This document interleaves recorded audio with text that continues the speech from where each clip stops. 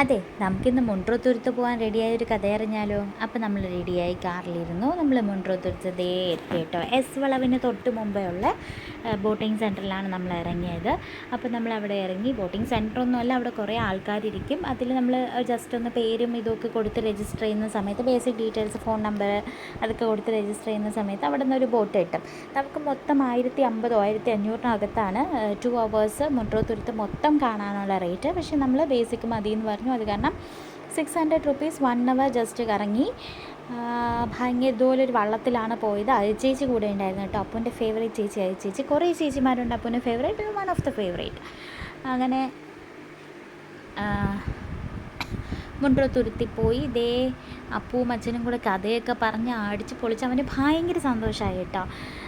അപ്പോൾ ഇങ്ങനെ എന്താണ്, നമ്മളൊരു റെക്റ്റാങ്കിൾ സ്ക്വയർ ഷേപ്പിൽ ഒക്കെയുള്ള കുറേ ഇങ്ങനെ അവിടെ പോയിട്ടുള്ളവർക്ക് അറിയാൻ പറ്റും. അതിൻ്റെ അടിയിൽ കൂടെയൊക്കെ ഇങ്ങനെ കുനിഞ്ഞു പോകണം പാലത്തിൻ്റെ. അതൊക്കെ ഞങ്ങൾ പോയായിരുന്നു. പക്ഷെ അതൊന്നും വീഡിയോ എടുക്കാൻ പറ്റില്ല, കാരണം കുനിഞ്ഞു പോകുന്ന തിരക്കിലായിരുന്നല്ലോ.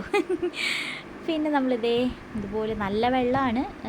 അത്ര നല്ലതാണോ എന്ന് ചോദിച്ചാൽ എന്നാലും ഒരു ഫ്രഷ്നെസ് ഒക്കെ ഉണ്ട്. ചവറൊന്നും ഇല്ല കേട്ടോ. അത് ഇതുപോലത്തെ കൂടാരത്തിൻ്റെ ഇടയിൽ കൂടെയൊക്കെ നമ്മൾ പോയി. കൂടാരമല്ല, ഇങ്ങനെ തുരുത്ത് ചെടി ഇങ്ങനെ വളച്ച് വെച്ചിരിക്കുന്നതിൻ്റെ ഇടയിൽ കൂടെയൊക്കെ നമ്മൾ പോയി. ചേച്ചി വീഡിയോ പിടിക്കുന്നുണ്ട്, ഞങ്ങളിത് എൻജോയ് ചെയ്യുന്നുണ്ട്.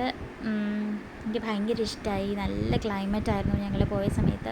നട്ടുച്ചയ്ക്കാണ് അവിടെ എത്തിയതെങ്കിലും മഴ വരുന്ന പോലത്തെ ഒരു ക്ലൈമറ്റായിരുന്നു. പക്ഷെ ഒട്ടും വെയിലില്ല, പക്ഷെ മഴയില്ല.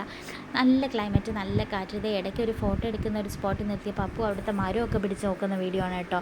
അച്ഛൻ പിടിച്ച് വെച്ചിട്ടുണ്ട്. അച്ഛന് ഞാൻ വാർണിംഗ് ഒക്കെ കൊടുത്തു, എൻ്റെ കൊച്ചിനെ നോക്കിക്കൊള്ളണേന്ന്. അപ്പോൾ അച്ഛൻ നന്നായിട്ട് പിടിച്ച് വെച്ചിട്ടുണ്ട്.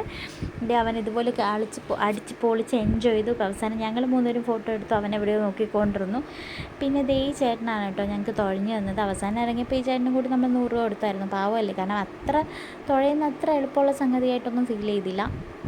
പിന്നെ മുണ്ട്രോത്തുരുത്തിൽ തന്നെ നമുക്ക് ഇറങ്ങാൻ പറ്റും കേട്ടോ, വെള്ളത്തിൽ ഇറങ്ങാൻ പറ്റും.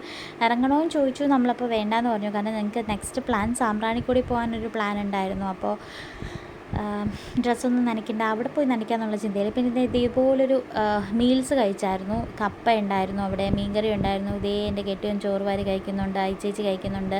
ഞാൻ നോൺ വെജ് കഴിക്കില്ല. അപ്പൂന് നമ്മൾ പാത്രത്തിൽ കെട്ടി ദോശ